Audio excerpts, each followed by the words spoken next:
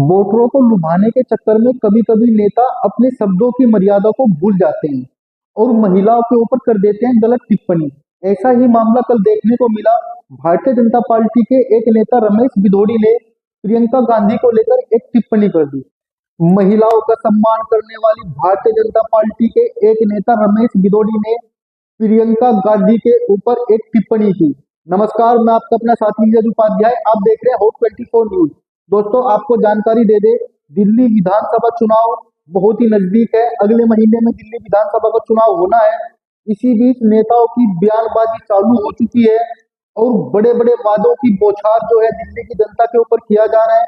इसी बीच भारतीय जनता पार्टी के एक नेता जिनका नाम रमेश भिदोड़ी है, उन्होंने प्रियंका गांधी को लेकर एक बड़ा बयान दिया जिसमें राजनीति का सियासी माहौल गर्मा गया है। और उसमें सांसद चंद्रशेखर रावत ने क्या कहा रमेश भिदोड़ी को लेकर, चलिए आपको दिखाते हैं हमारी एक खास रिपोर्ट। प्रियंका गांधी जी के गाल की तरफ करने की। देखो, मैं पहली बात तो ये बहुत घटिया और ओछी टिप्पणी है और जिन सांसद ने पूर्व सांसद ने टिप्पणी दी है उन्होंने पहले भी इस तरह की टिप्पणी दी है।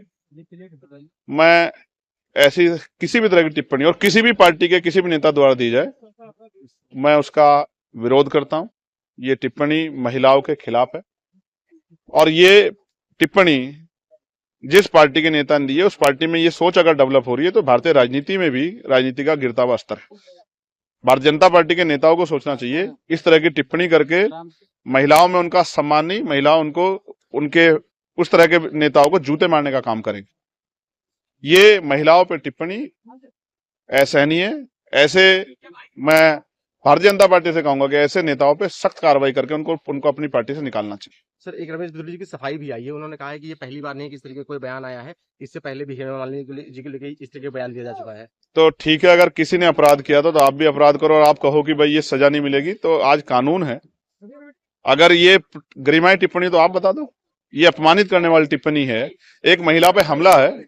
इस हमला का अगर ये इस नजरिए देखें किसी और ने किया था तो मैं इससे सहमत नहीं हूं। जिसने पहले किया था मैं उसको भी गलत मानता हूं और जिसने आज किया मैं उसको भी गलत मानता हूं। ऐसे लोगों पे कार्रवाई होनी चाहिए। मैं कल भी बोल रहा था, आज भी बोल रहा हूं कि भारतीय जनता पार्टी ने संसद में गाली देने वाले से लेकर सड़क पर नोट बांटने वाले तक को टिकट दिया है। इस व्यक्ति के बारे में तो बीजेपी जानती थी कि इसने संसद में गाली दिया था, बावजूद इसके इसको टिकट दिया। और एक कांग्रेस पार्टी के वरिष्ठ नेता के बारे में ऐसी भद्दी और शर्मनाक टिप्पणी करना, ये तो बहुत ही मतलब शर्मनाक है। और इन लोगों के हाथों में महिलाओं का भविष्य कैसे सुरक्षित रहेगा, दिल्ली की महिलाएं शायद अब इस बात को समझ जाएंगी। बीजेपी वस्तुतः महिला विरोधी है और इसका प्रमाण वो बार बार देते हैं। बीजेपी के पूर्व सांसद और अब कालका जी दिल्ली में उनके विधायक उम्मीदवार रमेश भिदोड़ी जी का प्रियंका गांधी जी के संदर्भ में दिया हुआ बयान न सिर्फ शर्मनाक है पर उनकी असली कुत्सित महिला विरोधी मानसिकता को दिखाता है। जिस आदमी ने सदन में खड़े होकर अपने साथी सांसद को गंदी गंदी गालियां दी हो और उसकी कोई सजा, उसका कोई खामियाजा ना भुगता हो, उससे क्या ही उम्मीद की जा सकती है। लेकिन क्या इस घटिया भाषा, इस घटिया बयान के लिए बीजेपी की महिला नेत्रियां, महिला बाल विकास मंत्री, बीजेपी के अध्यक्ष जेपी नड्डा और खुद प्रधानमंत्री जी कुछ बोलेंगे?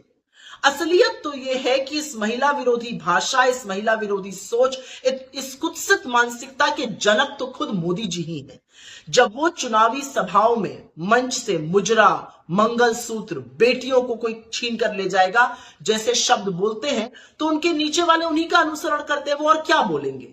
लेकिन ये घटिया सोच है, ये घटिया मानसिकता है और इसके लिए ना सिर्फ रमेश भिदोड़ी को बल्कि बीजेपी के शीर्ष नेतृत्व को हाथ जोड़ के माफी मांगनी चाहिए। यह सिर्फ एक महिला प्रियंका जी के अपमान का मामला नहीं है, यह आधी आबादी के अपमान का मामला है। जय हिंद साथियों, मैं अलका लांबा इस समय कालका जी विधानसभा में हूं और कालका जी विधानसभा से भाजपा ने अपने जिस उम्मीदवार को घोषित किया है, रमेश भिदोड़ी जी पूर्व सांसद भी रह चुके हैं। इनकी भाषा पूरी दिल्ली और देश जानता है, संसद के अंदर हो या संसद के बाहर सड़क पर हो, इनकी भाषा हमेशा खासतौर से महिलाओं को लेकर आपत्तिजनक रही। अभी कालका जी विधानसभा में उम्मीदवारी इनकी घोषित नहीं हुई, पहला भाषण मैं कालका जी के लोग हूं, दिल्ली के लोग हूं, कहूंगी क्या आपको ये भाषा मंजूर है? क्या आप अपना ऐसा जनप्रतिनिधि चाहते हैं जो हमारी माँ, बहन, बेटियों, बात प्रियंका गांधी की नहीं है, बात सोच की, माँ, बहन, बेटियों के गालों जैसी सड़कें बनाने की बात करता हो, उसकी सोच का नजरिया का चरित्र सबके सामने और जिसका हम पुरजोर विरोध करते हैं। माफी मांगनी चाहिए रमेश बिधूरी जी को अपने इस बयान के लिए और भाजपा के शीर्ष नेतृत्व को इस बयान पर क्या कहना है हम सुनना चाहते। क्या आप अपने इस उम्मीदवार को कुछ कहेंगे या खामोशी से महिलाओं का इस तरह से अपमान होते हुए आप देखते आए हैं, आप देखते हैं। जो बयान है वो वायरल हो रहा है और आतिशी कह रही है कि एंटी बीजेपी एक ऐसा सांसद जो अब चुनावी मैदान में है विधायक के लिए और वो ऐसे बयान देता है, तो कैसे बीजेपी महिलाओं को आने वाले विधानसभा चुनाव के बाद सेफ्टी दिलवाएगी? मैं बहुत व्यथित हूं इनके करैक्टर से, इनके चरित्र से, चाहे वो आतिशी हो और चाहे कांग्रेस हो। इस प्रकार के बयान पहले दिए जाते रहे हैं और किन्होंने दिए? लालू यादव जी ने बयान दिया, हेमा मालिनी जी के ऊपर दिया, मैंने उसका उसी संदर्भ में बोला था और उसी आधार पर कांग्रेस के साथ उस सरकार में मंत्री रहे, कांग्रेस चुप्पी साधी रही। नरेश बालियान आम आदमी पार्टी का विधायक है, 2024 में फिर उन्होंने ये बयान को दोहराया 2024 के चुनाव में, तो आतिशी की चुप्पी रही। लेकिन फिर भी अगर मेरे इस बयान से कोई व्यथित है, किसी को दुख पहुंचा है, तो मैं हृदय से इस बात के लिए अपने शब्द वापस लेते हुए खेद प्रकट करता हूं और इस बात के लिए मैं दुख प्रकट करता हूं कि अगर किसी को खेद पहुंचा हो। लेकिन इन लोगों को उंगली उठाने का कोई इस बात के लिए राइट अधिकारी नहीं बनता है कि वो ऐसे बयानों की करे, तो पहले अपनी गिरबान में वो लोग झांके। अलका लांबा जो खुद एक महिला है, कांग्रेस की नेता है, उन्होंने आपके खिलाफ प्रोटेस्ट किया है। आतिशी कह रही है कि विधानसभा में बीजेपी को, रमेश बिधूरी को महिलाएं जवाब देंगी, कैसे काउंटर करेंगे दोनों सवाल? महिला, मैंने कहा ना, माता बहनों का हम सम्मान करते हैं और हमसे ज्यादा हमारी संस्कृति, सनातन संस्कृति में सबसे पहले महिलाओं का सम्मान होता है और अब इनके पास कुछ है नहीं।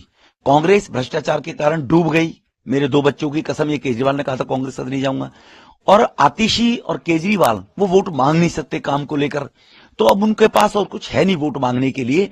इसी प्रकार की कार्ड खेलने की कोशिश करेंगे।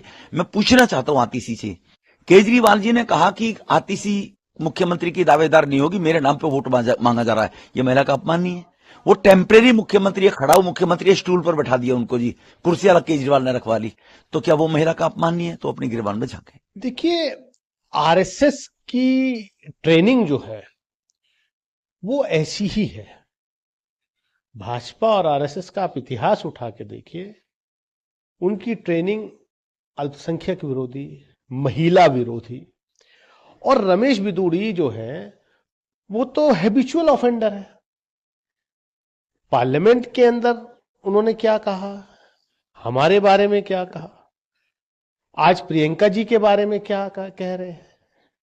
देखिए, मां बहनें सबकी होती हैं। बिधूरी जी, आपकी मां बहन बेटी हमारी मां बहन बेटी के, जब आपने हमारे ऊपर हमें ये गालियां दी तो हमने पलट के ये नहीं पूछा कि आपको आखिर ये सब किसने बताया कि हम क्या हैं, क्योंकि हम आपकी मां बहन की इज्जत, आपकी बेटी की इज्जत करते हैं। वरना हम भी पलट के पूछ सकते थे कि आप जो हमारे बारे में व्याख्यान कर रहे हैं पार्लियामेंट के अंदर कि हम कैसे हैं, तो क्या आपके परिवार में किसी नहीं, आपकी मां बहन बेटी हमारी। ये संस्कार संघ और भाजपा के लेबोरेटरी में सिखाए जाते होंगे। माफी मांग तो ली उन्होंने। देखिए, ये तो माफी वीरों की संतान है। शायद इसीलिए मोदी जी ने कल माफी वीर सावरकर के नाम पर दिल्ली यूनिवर्सिटी में एक कॉलेज भी खुलवाया है, जिससे कि रमेश बिधूरी जैसे जो उनके शिष्य और भक्त, जो नई पीढ़ी तैयार हो रही है, उनको भी माफी मांगने का जो है ट्रेनिंग दिया जा सके।